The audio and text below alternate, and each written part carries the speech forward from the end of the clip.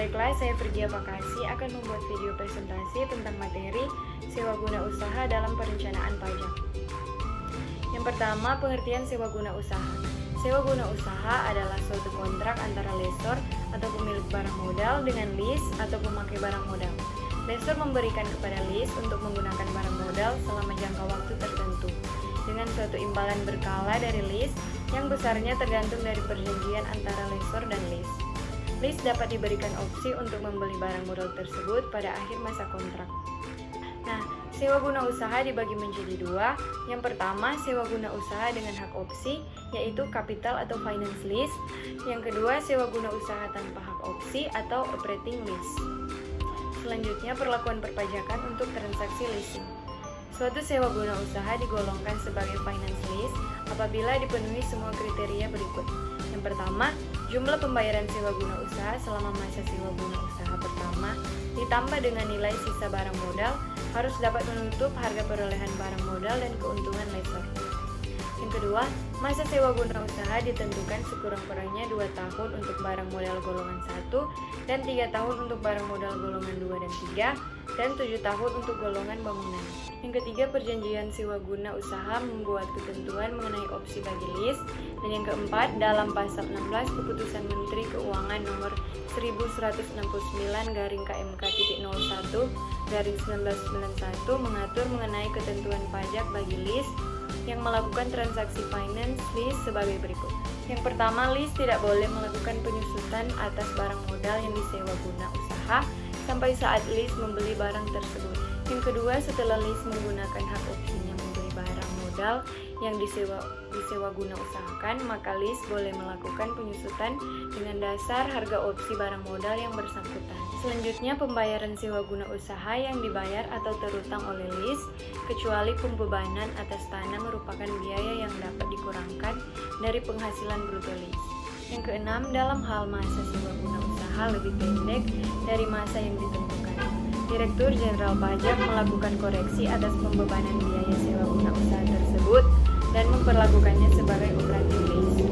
Perubahan ini tidak dapat dilakukan apabila terjadi karena force majeure, default maupun pertimbangan ekonomi tanpa motif menghindari pajak dan tidak ada hubungan istimewa antara lessor dengan lease. Dan yang terakhir, lease tidak memotong pajak penghasilan pasal 23 atas pembayaran sewa guna usaha. Selanjutnya, perlakuan SAK terhadap leasing. Menurut standar akuntansi keuangan, suatu transaksi sewa guna usaha akan dikelompokkan sebagai kapitalis apabila dipenuhi semua kriteria berikutnya. Yang pertama, penyewa guna usaha memiliki hak opsi untuk membeli aktiva yang disewa guna usahakan pada akhir masa sewa guna usaha dengan harga yang telah disetujui bersama pada saat dimulainya perjanjian sewa guna usaha. Yang kedua, seluruh pembayaran berkala yang dilakukan oleh penyewa guna usaha ditambah dengan nilai sisa mencakup pengembalian harga perolehan barang modal yang disewa guna usahakan serta bunganya sebagai keuntungan perusahaan sewa guna usaha atau full payout lease. Yang ketiga, masa sewa guna usaha minimum 2 tahun. Selanjutnya, akuntansi untuk sewa guna usaha dengan hak opsi. Yang pertama, pembayaran jaminan dibukukan sebagai piutang kepada lessor. Yang kedua, nilai buku dari seluruh pembayaran sewa guna usaha dan nilai sisa dibukukan sebagai aset tetap dan kewajiban sewa guna usaha.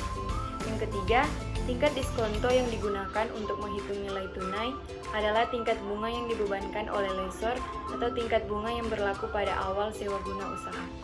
Yang keempat, pembayaran sewa guna usaha yang dilakukan selama jangka waktu kontrak dialokasikan dan dibukukan sebagai angsuran pokok dan beban bunga. Yang kelima, aset tetap sewa guna usaha yang dikapitalisasi selanjutnya diamortisasi selama taksiran umur ekonomisnya dengan menggunakan metode yang sama untuk aset sejenis. Yang keenam, pada akhir tahun harus dilakukan penyesuaian terhadap bunga akrual, amortisasi aset sewa guna usaha akhir tahun, dan amortisasi keuntungan modal dan kerugian modal. Yang ketujuh, dalam laporan keuangan disajikan sebagai bagian dari aset tetap. Sejumlah neto dikurangi akumulasi amortisasi. Dan yang ke-8, Kewajiban sewa guna usaha disajikan sebagai bagian dari kewajiban dan diklasifikasikan sebagai kewajiban jangka pendek dan jangka panjang sesuai dengan praktik yang lazim untuk usaha lease.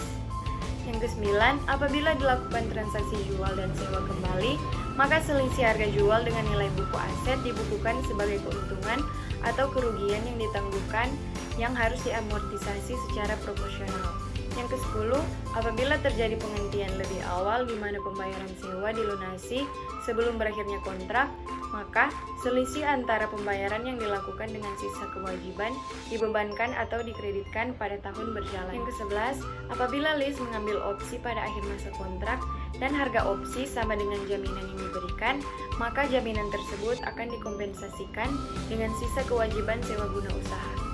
Apabila opsi tidak sama dengan jaminan, maka kekurangan atau kelebihan harus diselesaikan antara lease dengan lessor secara tunai. Dan yang terakhir, setelah mengambil opsi, maka akun sewa usaha direklasifikasikan ke dalam akun aset tetap yang relevan. Selanjutnya, perencanaan pajak untuk leasing. Pertama, perencanaan pajak dapat kita gunakan untuk aktiva tetap yang baru akan dibeli maupun aktiva tetap yang sudah dimiliki. Untuk aktiva tetap yang baru akan dibeli, pertimbangannya adalah beli langsung atau melalui leasing. Sedangkan untuk aktiva tetap yang sudah dimiliki, pertimbangannya adalah mempertahankan, merevaluasi atau jual dan disewa guna usaha kembali. Selanjutnya, hal pokok yang perlu diperhatikan dalam perencanaan pajak untuk hal ini antara lain, yang pertama, apabila membeli secara langsung, maka jumlah yang dapat dibiayakan dalam rangka menghitung penghasilan kena pajak adalah biaya penyusutan. Yang kedua, besarnya biaya penyusutan antara lain ditentukan oleh metode penyusutan dan umur ekonomis yang telah ditetapkan oleh peraturan perpajakan. Yang ketiga, apabila membeli secara sewa guna usaha, maka semua biaya yang dikeluarkan untuk membayar sewa guna usaha tersebut dapat dibiayakan pada tahun yang bersangkutan.